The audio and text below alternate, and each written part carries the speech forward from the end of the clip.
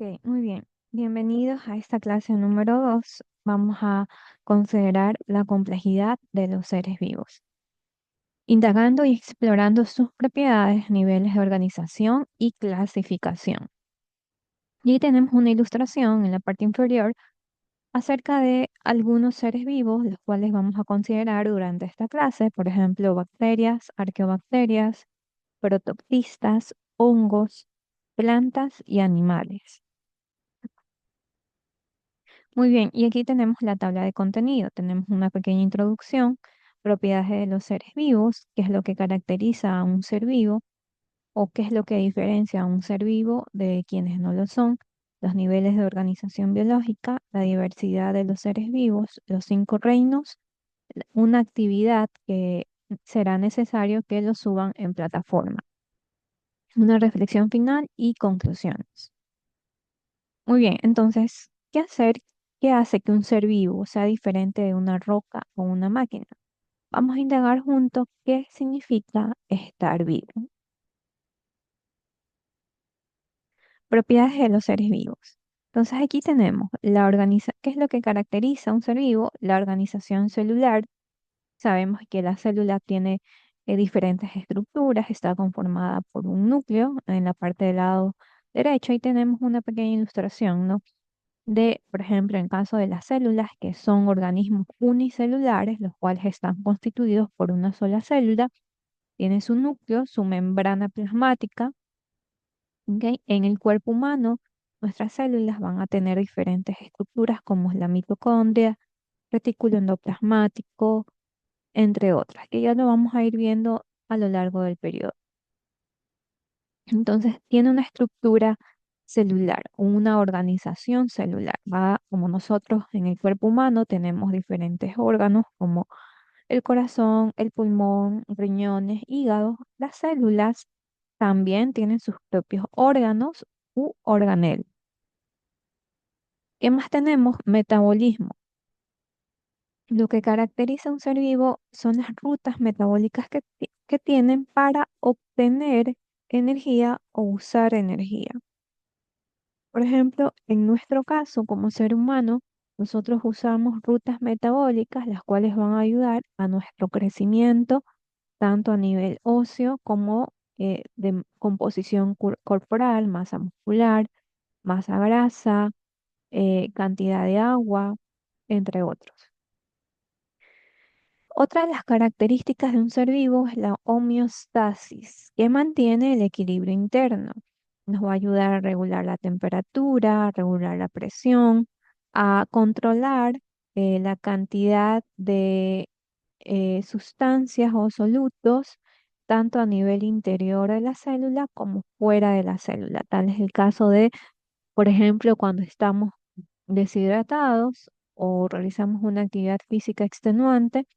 Necesitamos ciertas soluciones, entre ellas sales, por ejemplo, sales minerales, electrolitos de sodio, entre otras sustancias, para poder mantener esa cantidad de sustancias tanto a nivel externo como a nivel interno de la célula. Es decir, la concentración de solutos en estado de equilibrio. Su reproducción también es otra de las características de un ser vivo. Podemos reproducirnos. Responde a estímulos, ¿ok? Responde a estímulos como por ejemplo calor, frío, de pronto responde a estímulos como el tacto, entre otros. Y evolución y adaptación, ¿no? Que ya también lo vamos a ir viendo a lo largo del periodo. Otra de las características o propiedades de los seres vivos es que pasan por un periodo de evolución o adaptación al medio. Cabe destacar que, bueno, en caso de los virus, no se lo ha considerado como un ser vivo como tal, ya que no cumple estas características. Sabemos que un virus puede ser portado a través de diferentes vectores, como el caso de mosquitos, entre otros insectos. Sin embargo, como los virus no tienen una organización celular, ¿ok? No poseen rutas metabólicas, no es considerado los virus como un ser vivo. Eso es como un dato adicional. Y niveles de organización biológica. ¿Ok? Toda la vida necesita un orden y aquí se ha establecido niveles de organización. Espérenme un ratito.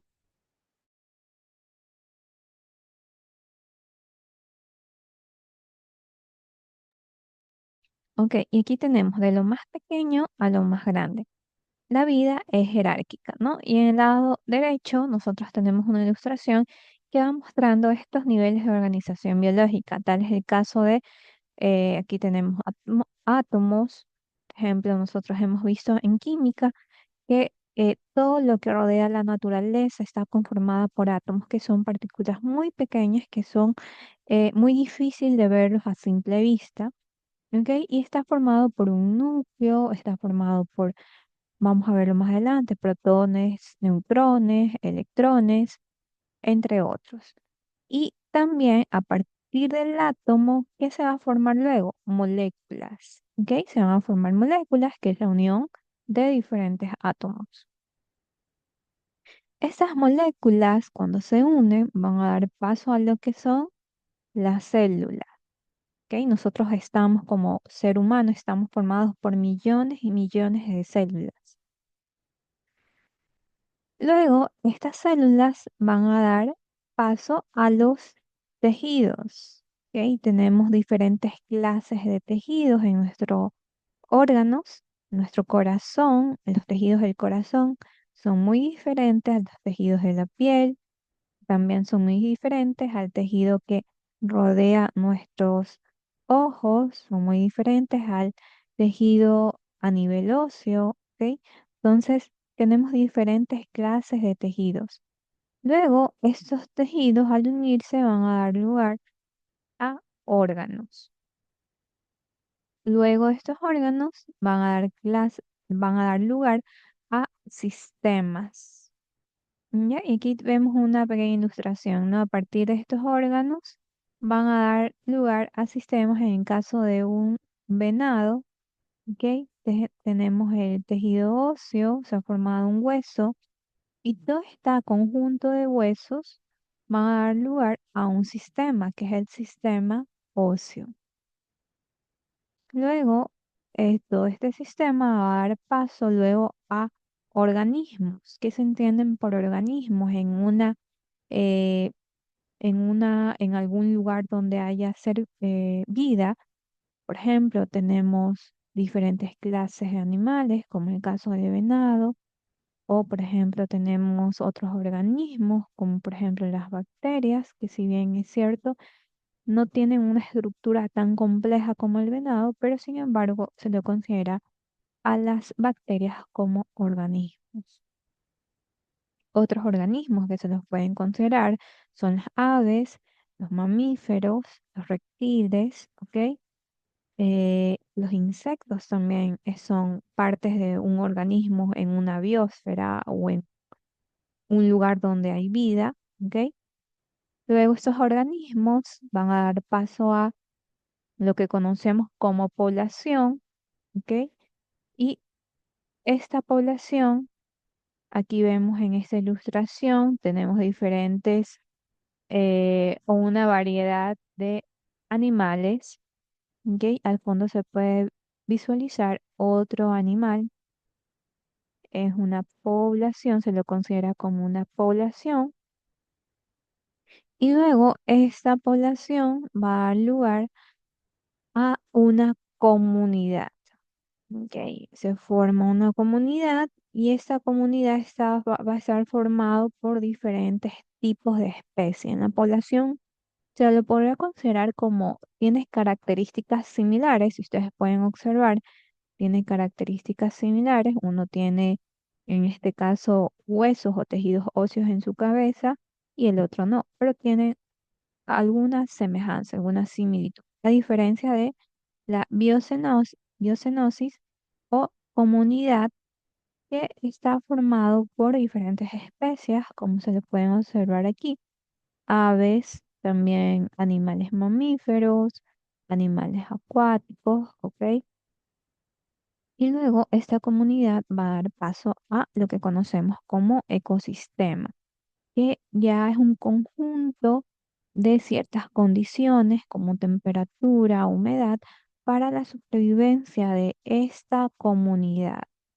Y ahí vemos el fondo, ¿no? Tenemos como una especie de páramos o nevado, ¿ok?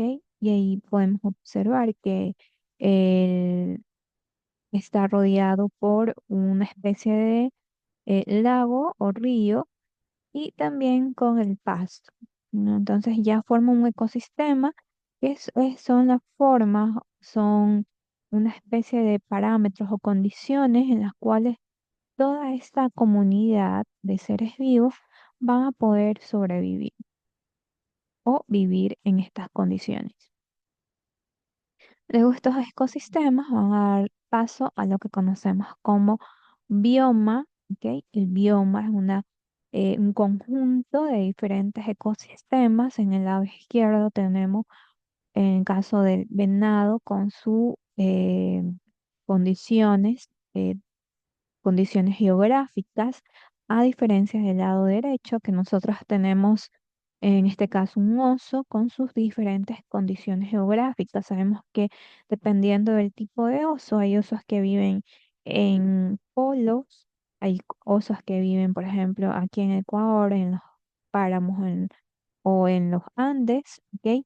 El oso de anteojo, ¿qué más tenemos? Oso panda, que es en países asiáticos, en la China, específicamente en la ciudad de Shandong, ¿ok? Dependiendo de ciertas condiciones geográficas, tales como la temperatura, la humedad, nosotros vamos a encontrar diferentes seres vivos o diferentes ecosistemas, ¿ok? No es lo mismo eh, poner a a una especie en llevar a una especie a una condición que no le corresponde. Por poner un ejemplo, si llevo a un oso polar de pronto a la provincia de Shandong, a China, como yo les mencionaba, va a ser muy difícil su supervivencia, ya que normalmente estos osos polares se alimentan de animales con cierta cantidad de grasa, como por ejemplo en caso de las focas, lobos marinos, en tanto que los osos polares, los osos panda,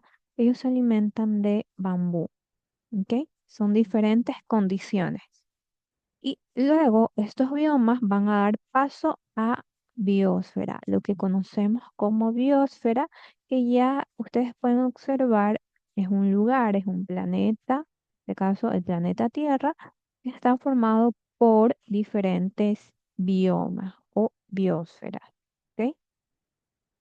Muy bien, entonces vemos que tenemos en conclusión diferentes niveles de organización biológica y que va desde lo más sencillo como es un átomo, hasta lo más grande como es la formación de un planeta Tierra con vida, con diferentes biomas, con diferentes ecosistemas.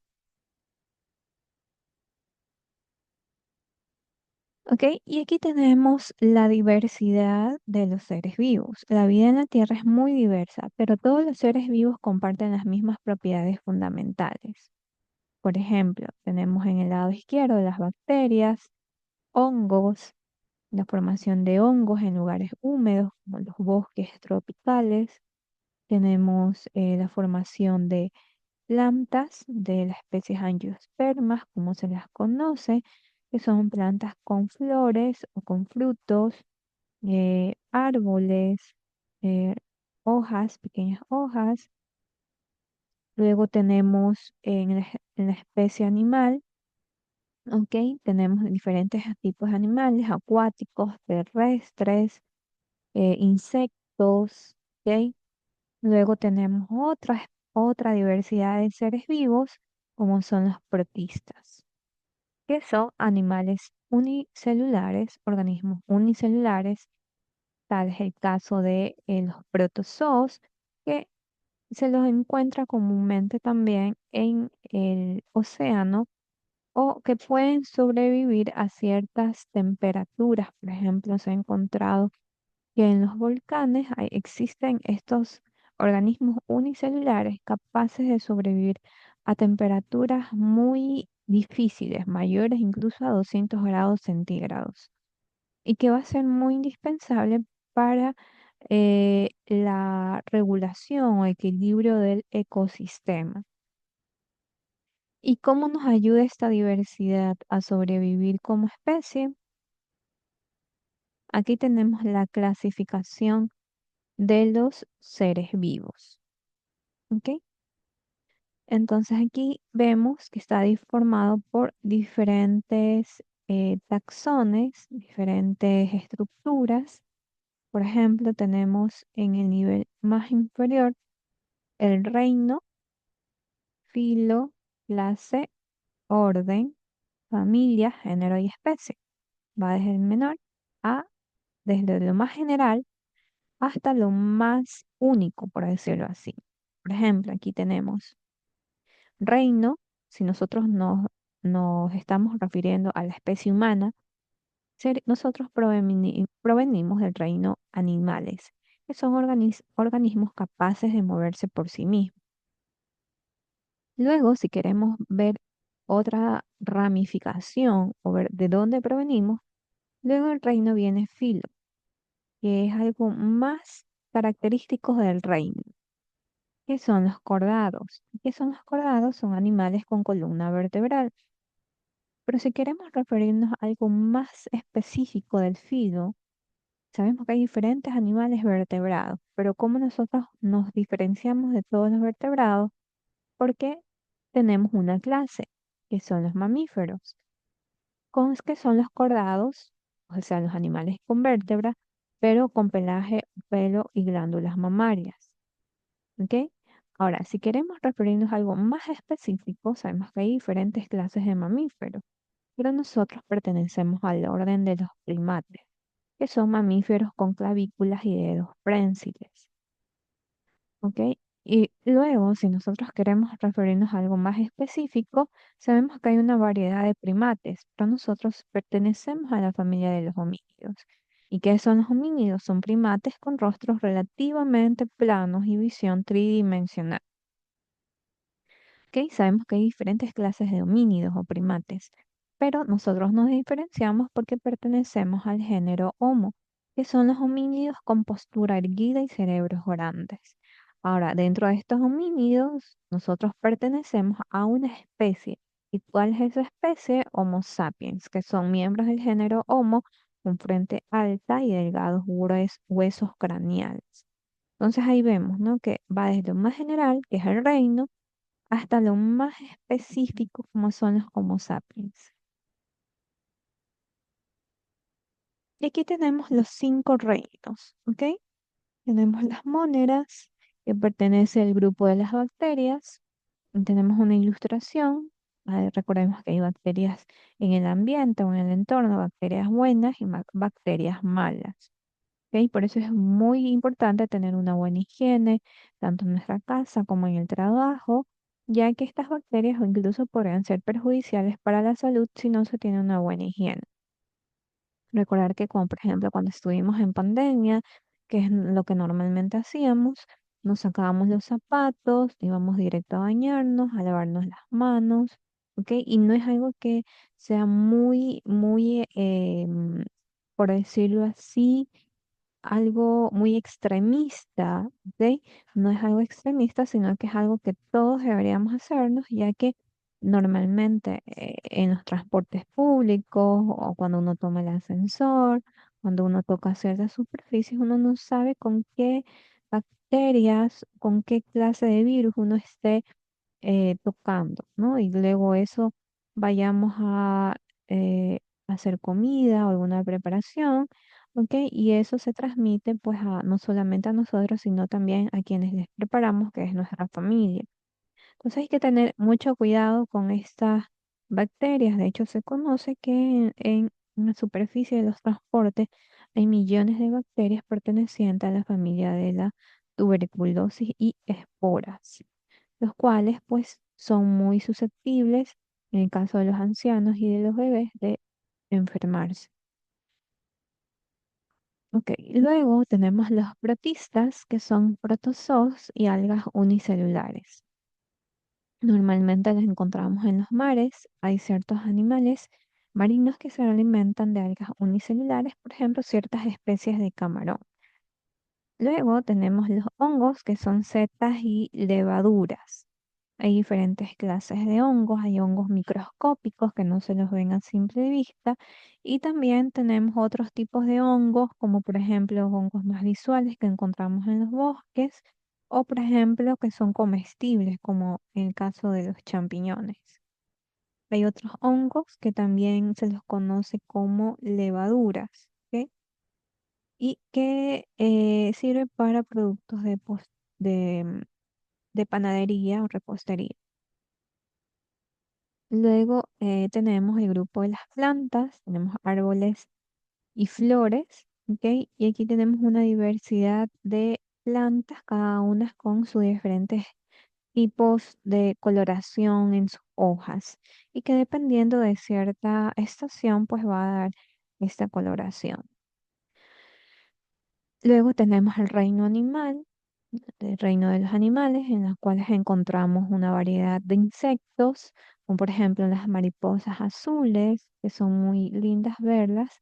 Tenemos los peces, tenemos también las aves, eh, mamíferos, ¿ok? Y aquí tenemos abeja, hormiga, Mariquita o Catalina, la cucaracha, que también es muy importante, ya que la cucaracha forma parte del ciclo de nitrógeno en el ecosistema. Luego tenemos el mosquito, que tiene también su función en el ecosistema y que hay que tener cuidado, ya que son transmisores o portadores de virus como dengue, enfermedades como Zika, chikungunya o enfermedades de época invernal, o cuando no se tiene una buena higiene en la casa, ¿no? También tenemos el grillo, que es otro insecto, ¿ok? Y cada reino aporta un pedacito al gran rompecabezas de la vida, ¿ok? ¿Qué pasaría si de pronto no existieran las cucarachas? No se podrá llevar a cabo el ciclo del nitrógeno con mayor exactitud, ¿ok? Y todo esto, si desaparece una especie, se rompe esa cadena alimentaria. Por ejemplo, en caso de las culebras, ¿qué pasaría si no existieran, si se matarían las culebras? Las culebras se alimentan de los roedores, ¿ok? Entonces habría una sobrepoblación de roedores. ¿O qué pasaría si de pronto se extinguen ciertos animales mamíferos? Hay animales que se alimentan de esos animales mamíferos, ¿no? Por ejemplo, el león se alimenta de ciertos animales como el venado, ¿ok? Si se llegara a extinguir el venado, ¿cómo se alimentarían los leones? ¿No? Habría como una especie de déficit en su alimentación y por lo tanto se atrofiaría esa cadena alimentaria y todo eso tendría consecuencias a largo plazo, ¿no? De igual forma, no solamente los animales son importantes, sino también las plantas, ya que hay ciertos animales que son herbívoros. Por lo tanto, si hay la desaparición de ciertos tipos de plantas o flores o árboles, pues es importante poder solventar esta situación, ya que estos animales no tendrían su alimentación o su comida adecuada.